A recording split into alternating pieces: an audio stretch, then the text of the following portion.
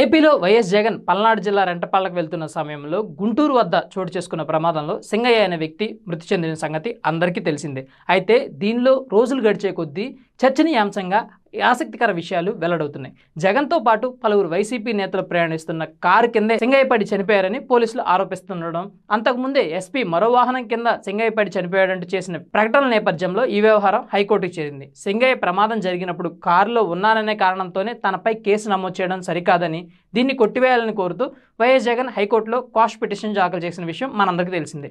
దీనిపై నిన్న వాదనలు జరిగాయి. అయితే దీనిపై విచారణను బుధవారానికి వాయిదా వేసింది ఏపీ హైకోర్టు. అప్పటి వరకు జగన్ అరెస్ట్ కాకుండా ఆదేశాలు ఇచ్చింది. ఇదే సమయంలో ప్రమాదానికి కారణమైన వైఎస్ జగన్ కారును స్వాధీనం చేసుకున్న పోలీసులు గుంటూరు జిల్లా ఎస్పీ కార్యాలయంలో దీనికి ఫిట్నెస్ పరీక్షలు నిర్వహించారు. జగన్ కారు నిర్వహించిన ఫిట్నెస్ పరీక్షల్లో గతేడాది ఈ వాహనం రిజిస్ట్రేషన్ జరిగిందని, అలాగే 2027 వరకు ఇన్సూరెన్స్ ఉందని, 2039 వరకు ఫిట్నెస్ కూడా ఉందని తేల్చారు. కాబట్టి కార్ ఫిట్నెస్ అనేది ప్రమాదానికి కారణం కాదని తేల్చారు. అయితే మానవ తప్పిదం వల్లే ఈ ప్రమాదం జరిగి ఉంటుందని రవాణా శాఖ అధికారులు ప్రాథమికంగా నిర్ధారించారు. ముఖ్యంగా కార్యకర్తలు భారీగా కారు వద్దకు వచ్చేందుకు ప్రయత్నించడం వల్ల అక్కడక్కడ దెబ్బలు తాకాయని పేర్కొన్నారు. సింగయ్య ప్రమాదం తర్వాత కూడా జగన్ సహా వైసీపీ నేతలు ఆ కారులోనే ప్రయాణించినట్లు గుర్తించారు. జగన్ ప్రయాణించిన కారు వల్లే సింగయ్య చనిపోయాడన్న ఆరోపణల నేపథ్యంలో పోలీసుల్ని హైకోర్టు సమగ్ర నివేదిక కోరింది. దీంతో కారు ఫిట్నెస్ టెస్ట్ కూడా చేశారు.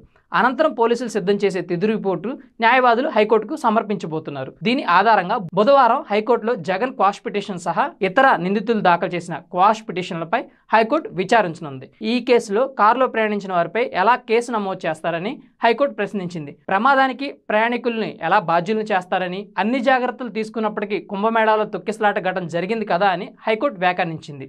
ఎలాంటి తొందరపాటు చర్యలు తాము చెప్పేంత వరకు తీసుకోవద్దని పేర్కొంది.